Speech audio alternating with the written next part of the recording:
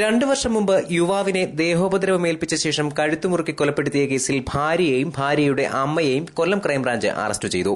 നെടുമങ്ങാട് കല്ലയം ഈഴക്കോട് പേഴുകുഴി വീട്ടിൽ മാധവൻ നായരുടെ മകൻ 33 വയസ്സുണ്ടായിരുന്ന ശിവകുമാറിനെ കൊലപ്പെടുത്തിയ കേസിലാണ് ഭാര്യ പുനലൂർ പരവട്ടം കൃഷ്ണശ്രീയിൽ രഞ്ജിനി, അമ്മ രാധാമണി എന്നിവരെ ക്രൈംബ്രാഞ്ച് ഡിവൈഎസ്പി CG സുരേഷ് കുമാറിന്റെ നേതൃത്വത്തിലുള്ള സംഘം വെള്ളിയാഴ്ച രാവിലെ ഇവരുടെ വീട്ടിൽ നിന്ന് പിടികൂടിയത്.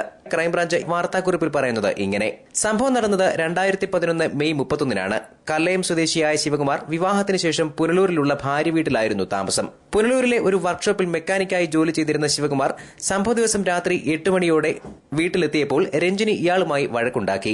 വഴക്കുമൂത്ത് രഞ്ജിനിയും രാധാമണിയും ചേർന്ന് ശിവകുമാറിനെ അടിച്ചും പിടിച്ചു തള്ളിയിട്ടും ഉപദ്രവിച്ചു. ദേഹമാസകലം മുറിവ് പറ്റിയ ശിവകുമാർ മൂത്ത മകനെയും കൊണ്ട് പിൻവാതിലിൽ കൂടി കിടക്കമുറിയിൽ അഭയം പ്രാപിച്ചു. രഞ്ജിനിയും അമ്മയും കിടക്കമുറിയിൽ ചെന്ന് മക്കളുടെ മുന്നിൽ വെച്ച് ശിവകുമാറിനെ ഉപദ്രവിച്ചു. ഉപദ്രവമേറ്റ് അവശനായ ശിവകുമാറിന്റെ കഴുത്തിൽ കയർ ചുറ്റിവരിഞ്ഞ് മുറുക്കി ശ്വാസം മുട്ടിച്ചു കൊലപ്പെടുത്തി. മരണം ഉറപ്പുവരുത്തിയ ശേഷം ഒരു കൈലി മുറിയിലെ കഴുക്കോലിൽ കെട്ടി ഒരറ്റം അറുത്തിട്ടു. അതിനുശേഷം രഞ്ജിനി അയൽ വീടുകളിൽ ചെന്ന് ഭർത്താവ് ഉടുത്തിരുന്ന കൈലിയിൽ കെട്ടിത്തൂങ്ങിയെന്നും താൻ അറുത്തിട്ടുവെന്നും ആശുപത്രിയിൽ കൊണ്ടുപോകാൻ സഹായിക്കണമെന്നും ആവശ്യപ്പെട്ടു.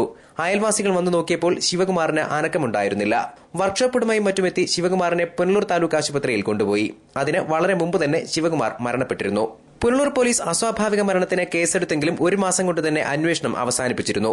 ശിവകുമാറിന്റെ അച്ഛൻ കേസിൽ ശരിയായ അന്വേഷണം ആവശ്യപ്പെട്ട് ഹൈക്കോടതിയിൽ ഹർജി നൽകിയതിന്റെ അടിസ്ഥാനത്തിൽ അന്വേഷണം ക്രൈംബ്രാഞ്ചിന് കൈമാറുകയായിരുന്നു. അച്ഛനെ അമ്മയും അമ്മൂമ്മയും ചേർന്ന് അടിച്ചും കഴുത്തുഞെക്കിയും കൊന്നതാണെന്നും വിവരം പുറത്തു പറഞ്ഞാൽ കൊന്നുകളയുമെന്ന് അവർ ഭീഷണിപ്പെടുത്തിയതായും ശിവകുമാറിന്റെ മൂത്ത മകൻ അഭിരാം ക്രൈംബ്രാഞ്ചിന് മൊഴി നൽകി.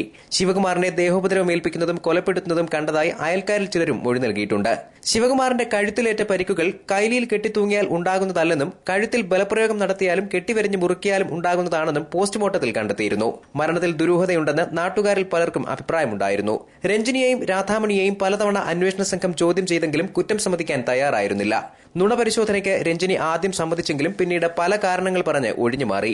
നുണപരിശോധനയിൽ നിന്നും അന്വേഷണത്തിൽ നിന്നും രക്ഷപ്പെടാൻ പല ആശുപത്രികളിൽ ഇവർ ചികിത്സ തേടി.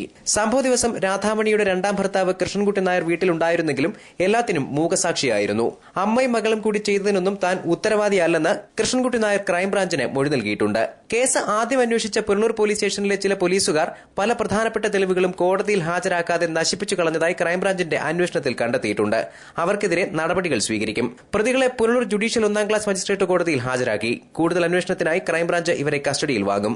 ഡിവൈഎസ്പി CG സുരേഷ് കുമാർ, SI-മാരായ A Jayakumar, R Rajesh Kumar, VR Rajeevan Pillai, M Solomon, ASI-മാരായ Vijayarajan, Madhusoodanan Pillai, civil police officer Vinod, വനിതാ സിവിൽ പോലീസ് ഓഫീസർമാരായ സിന്ധു, ലിസ എന്നിവരാണ് അന്വേഷണ സംഘത്തിലുള്ളത്. News bureau, Punalur.